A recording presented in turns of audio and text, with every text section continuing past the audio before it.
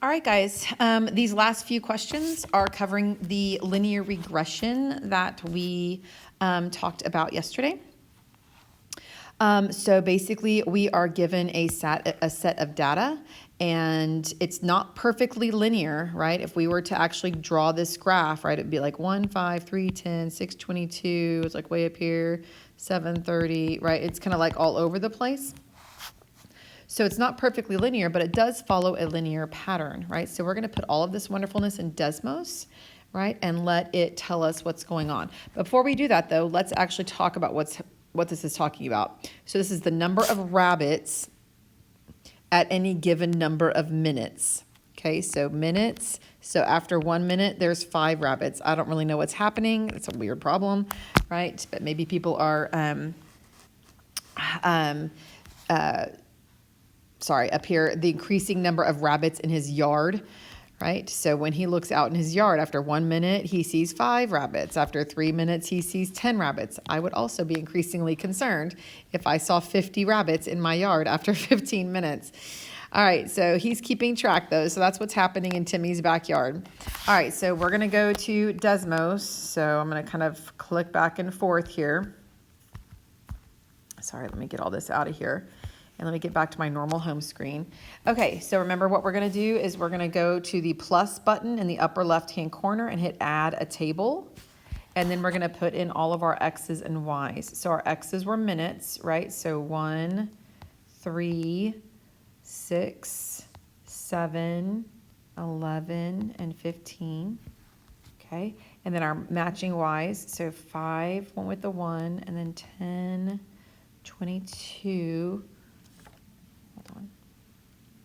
sorry, I gotta put my glasses on. 30, 37, and then 50 rabbits. And you'll notice it's plotting points as you go. You're definitely gonna wanna manipulate your screen so you can kind of see. I'm gonna kind of move it around. I wanna see all 6 points. 1, 2, 3, 4, 5, 6. All right, so it looks like we're fairly linear, right? It's not too far off, right? And so it's going to be a very close positive correlation, as we can see, right? But we're going to have Desmos run the correlation for us, right? So remember, you're going to do your next line, and we type in Y1, and then we need the little approximately squiggly line, and then MX plus B. So it's got to be MX1, and then plus B. There we go. I'm going to move this guy out a little bit. All right, and as soon as I type that in, let me lower that, you'll notice that it drew the line of best fit. So this is the perfect average between all 6 of these data points. And over in the box, it's giving me the R value, and it's giving me the slope and the y-intercept. I'm going to round all of these to just 2 decimal places, okay? So I'm going to go back to my review. Here we go. All right, so if you remember, the correlation coefficient is the R value, and in Desmos, that was 0.989, or you can say 0.99 if you want to. And that is very strong, which makes perfect sense because that data was very close to that line, right? It was almost linear. So we would say there is a strong positive correlation. And if you want to get more specific, you can say a strong positive correlation between the time and the number of rabbits. Right? If you just want to write strong positive correlation, I will totally take that. But if you want to actually explain the 2 variables that we're talking about, the relationship between time and rabbits, you can add that on there, and that's even better. Okay, then we need our equation, right? So remember, our equation is going to be in y equals mx plus b form, and your Desmos gave you the m and the b, right, in that little box of data, right? I'm going to hop back here again so you can see, right here, right, there's the m and the b. So that's your slope and your y-intercept. And again, I'm just going to round that to 2 decimal places. So that gives us the equation. It's kind of hard to go back and forth. Y equals 3.24x, which basically tells me that every minute the yard has another 3.24 bunnies in it on average, plus 2.45. Of course, that's the y-intercept, which means at 0 minutes, there were 2.45 bunnies. Again, on average. Obviously, you can't have half a bunny. That would be gross. All right, so there's your linear equation, right? And now we're going to answer the question.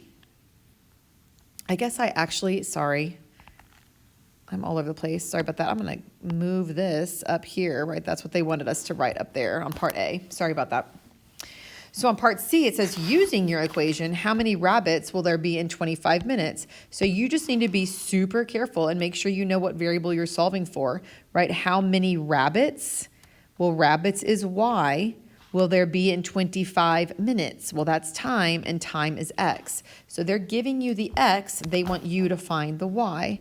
So Y equals 3.24. But in place of X, I'm finding a very specific X of 25 plus 2.45. And then I'm going to type that in my calculator. Hold on, I'm going to scooch this up. I'm going to move it over here, actually. There you go. All right, so I'm going to type that in my calculator. 3.24 times 25 rabbits plus 2.45.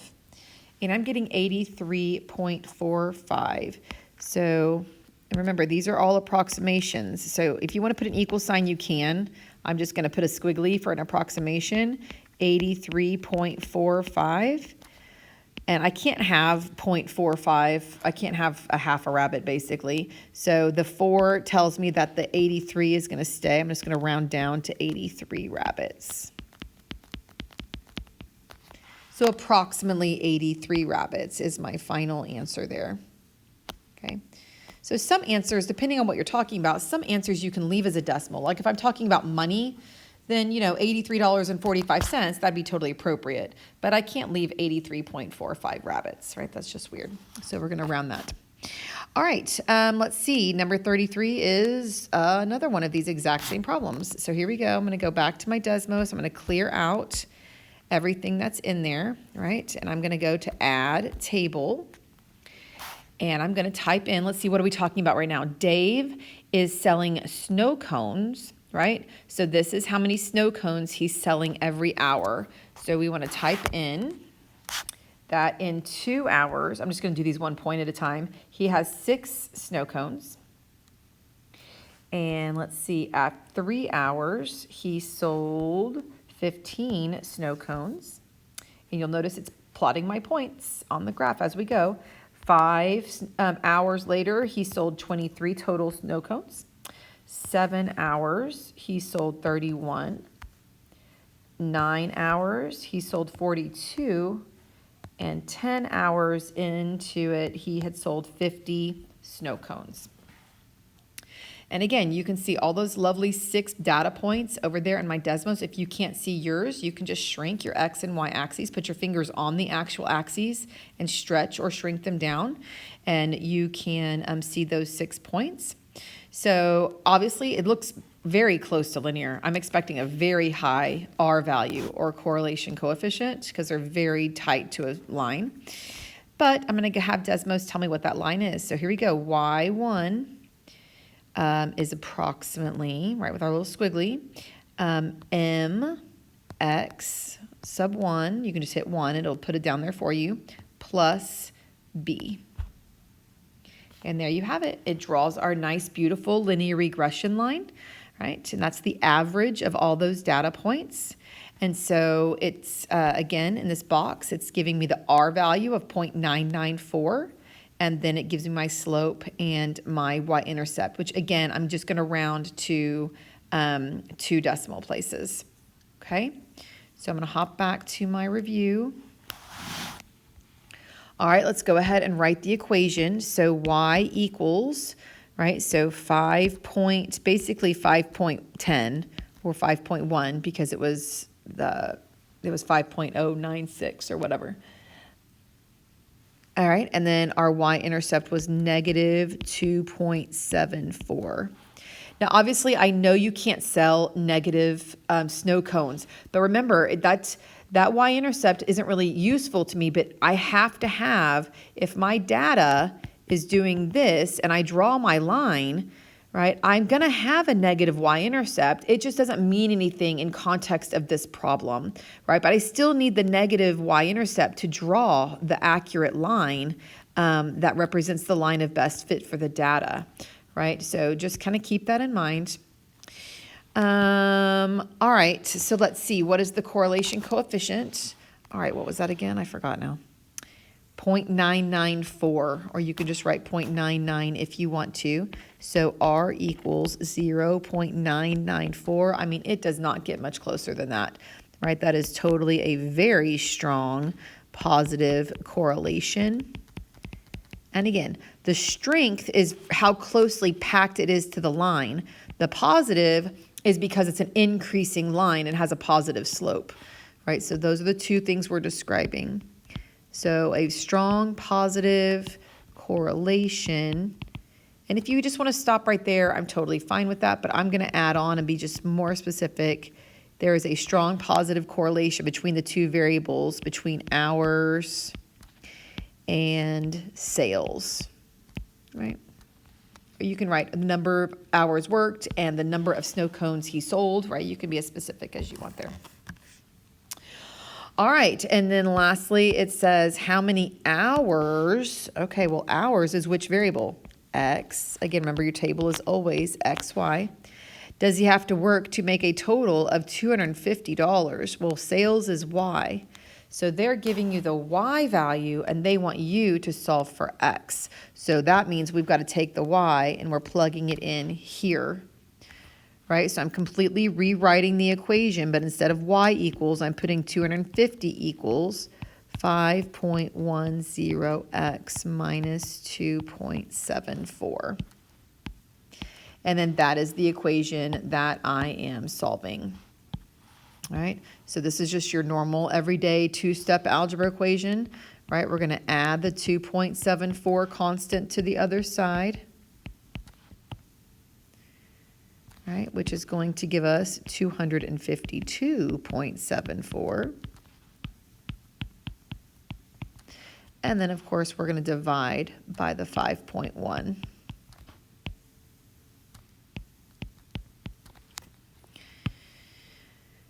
All right, and I'm going to type that in my calculator really quick. 252.74 divided by 5.1, or 5. I'll put the 0 there. I don't want to confuse anybody. All right, and that gives me 49.56. So hold on a second. Let me grab all this. I'm going to shift it up just a scotch. So I get X is approximately 49.56 hours. If you want, on a test or something, it might go ahead and round that up, even though it's 49.5 hours. It may or may not round it up to about 50.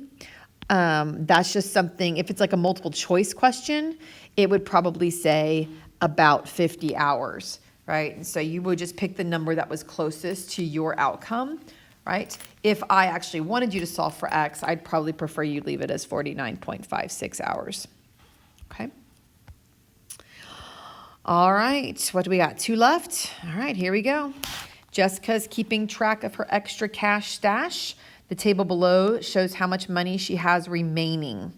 Okay, so she's obviously spending money because the longer we go, the less money she has, right? So she is definitely spending her money.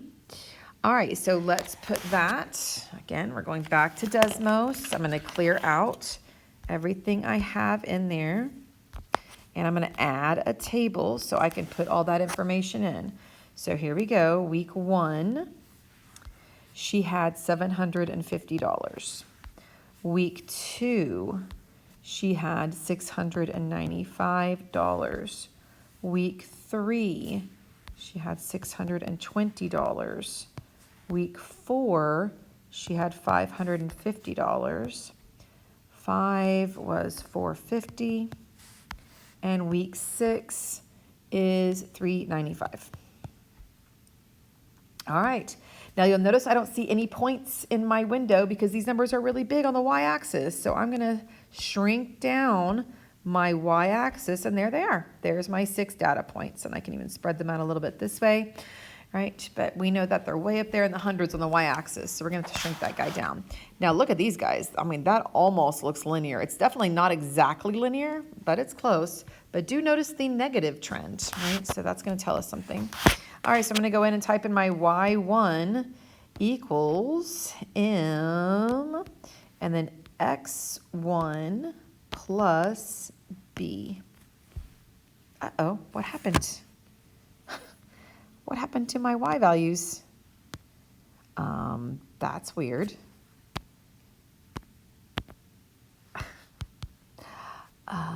Oh, I didn't put equals. I put equals. Oh my gosh, shame on me. Squiggly. That's what happens when you don't use the squiggly, the approximation. There we go. Oh my goodness, I was about to freak out. All right, accidentally forgot the squiggly. All right, so you can see it's a very tight set of points. They're all very clustered, and some of them are even touching the line, right? And so we want to zoom in. We want that R value, which is not shocking that it's very close to 1, but it is also negative, which we knew that was going to happen because clearly our line is decreasing. And then, of course, we have the slope, which is negative, of course, and the y-intercept. Okay, so I'm going to take all of those wonderful values and I'm going to write them over here in my review.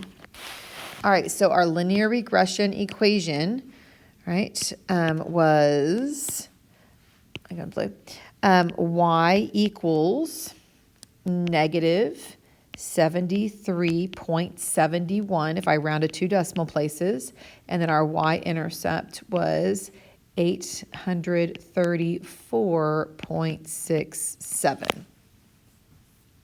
Okay. Our correlation coefficient was negative 0.997, or 69 is what it said on the thing. And of course, that is an extremely strong correlation because it's super close to 1, but it's super close to -1, right? So this is a strong negative correlation.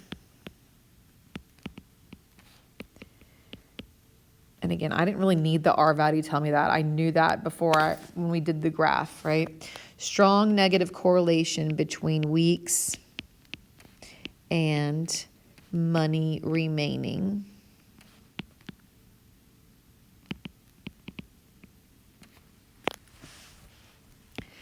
Now, I know it doesn't ask us this, but I'm going to go ahead and talk about it anyway.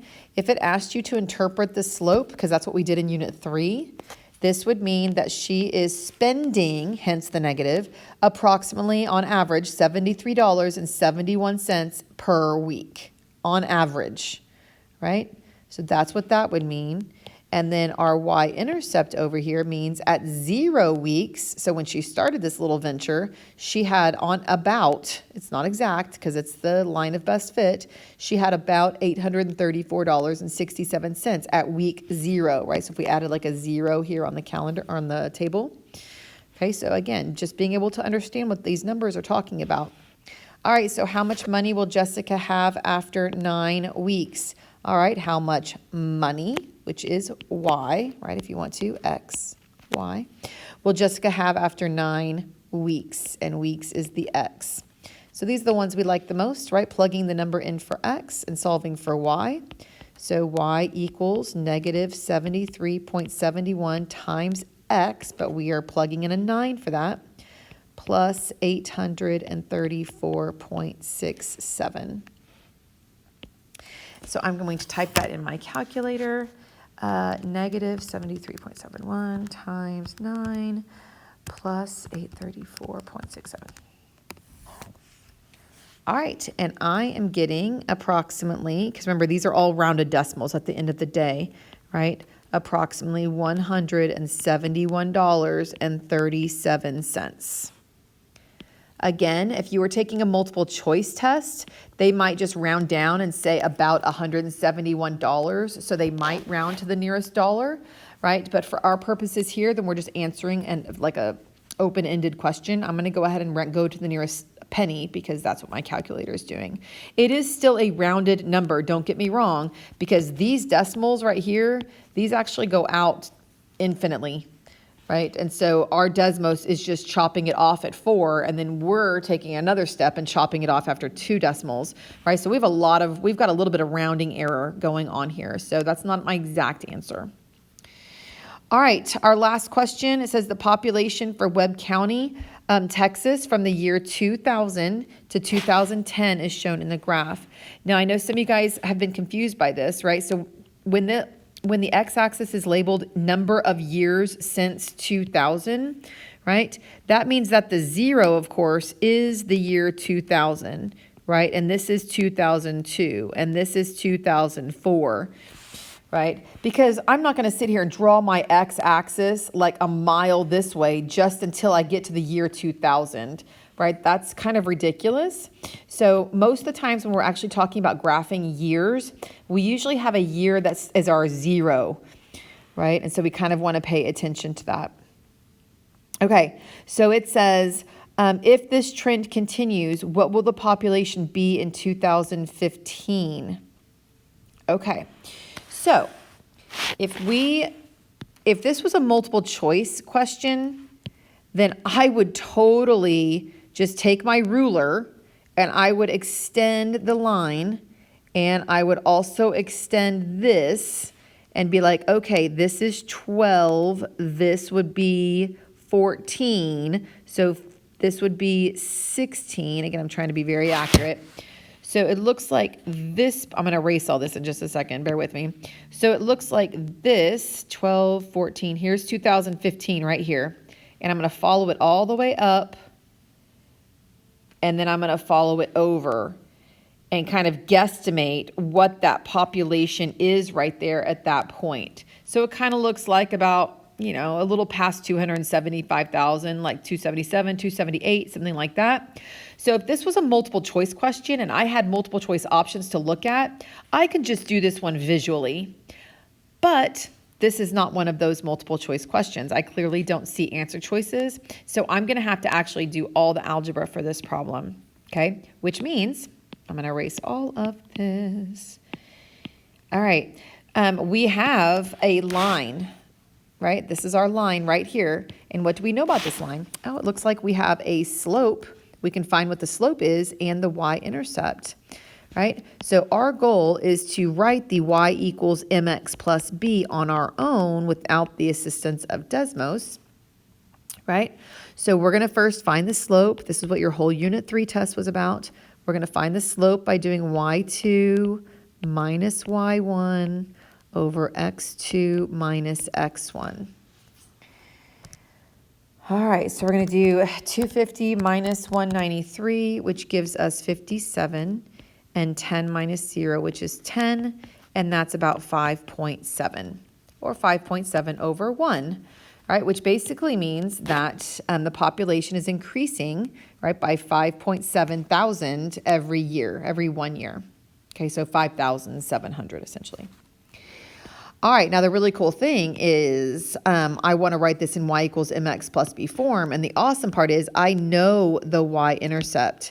I don't need to go through point slope form because I have the y-intercept, right? It's 0, 193, which means my linear equation is 5.7x plus 193. So just a quick little slope, a little y equals mx plus b, right? We can do that on our own. We don't need Desmos for that.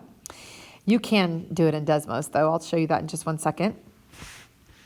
So now it says, what will the population be in 2015? Well, population is y, and of course years is x, but it's years since 2000. So this means x equals 15. Please don't plug 2015 in for x because we're not going all the way out into the thousands.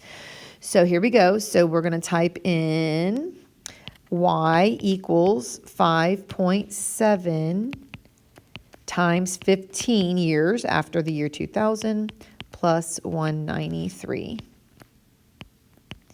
And when I type that in, 5.7 times 15 plus 193, I get 278.5, but that's not people, that's thousands of people.